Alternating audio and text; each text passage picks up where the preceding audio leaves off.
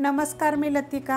आज मी तुम्हाला वांग्याचं भरीत बनवून दाखवणार आहे, पण थोडेसे वेगळ्या पद्धतीने बनवून दाखवणार आहे। त्यासाठी बघा ही छोटी छोटी वांगी घेतली होती।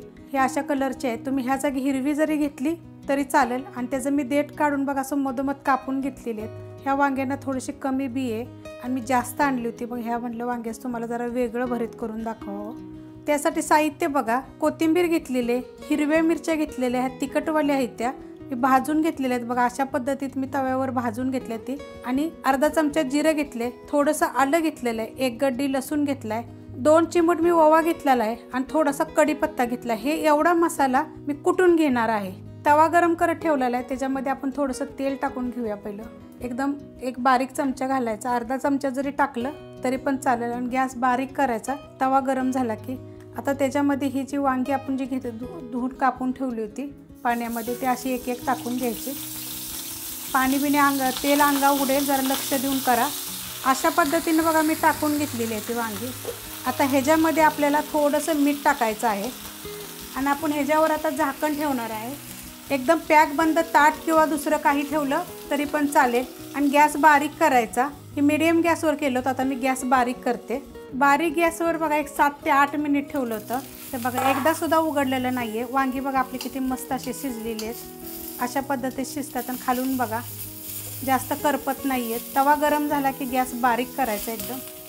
बघा किती मस्त। आणि मी हलवली सुद्धा नाहीत बघा, फक्त पॅक बंद झाकण ठेवायचं, चांगली शिजली जातात। आणि ह्या जी आहे ना, ही जी भरीत आहे ना, ह्याची चव एकदम वेगळी लागते, एकदम अशी छान अशी लागते। बघा किती मस्त अशी भाजलेली। मी अशी तव्यामध्ये लोखंडाच्या ह्याच्यामध्ये कढईमध्ये मी वांगीसुद्धा तुम्हाला दाखवलेली आहेत, एकदम कशी भरून मिठाची फक्त अशा त्याची पण लिंक मी ह्याच्या खाली देते, तुम्ही ती पण बघा। आता ही वांगी जी आहे ना, आपण अशी सुरीनं कालवून घ्यायची, अशी फोडून घेऊया सगळे। बघा लगेच फुटली जातात, कारण एकदम छान अशी शिजली गेलेली आहेत। म्हणजे एकाप्रमाणे ह्या तव्याचा ना त्याच्यामध्ये वास छान असा येतो, कारण ही लोखंडाचा तवा आहे, चव वेगळी अशी लागते। तर आपण ही बारीक करून घेऊया तव्यामध्येच। अशा पद्धतीत बघा मी तव्यामध्येच त्याला बारीक केलेलं आहे। आता हे मी एका प्लेटमध्ये काढून घेते। वांगी काढून घेतलेली आहे ती।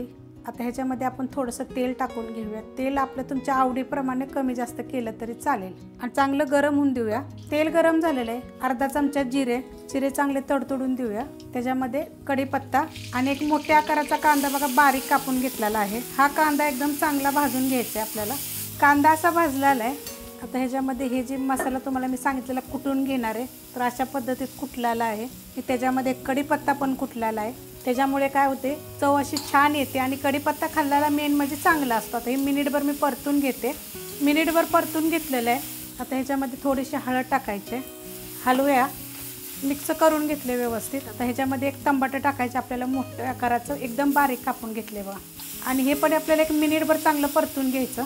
परतून घेतलेलं आहे। आता ह्याच्यामध्ये थोडंसं मीठ म्हणजे चवीप्रमाणे टाका, हलवून घेऊया। आणि ह्यात लगेच आपल्याला ही वांगी जी आपण बारीक केली होती तव्यामध्ये, खाली काढून घेऊन जरी बारीक केली तरी बारीक होतात। आता हे मिक्स करून घेऊया, चांगलं परतून घेतलेलं आहे बघा। आणि हिरव्या मिरचीचं भरीत ना एक नंबर लागतं।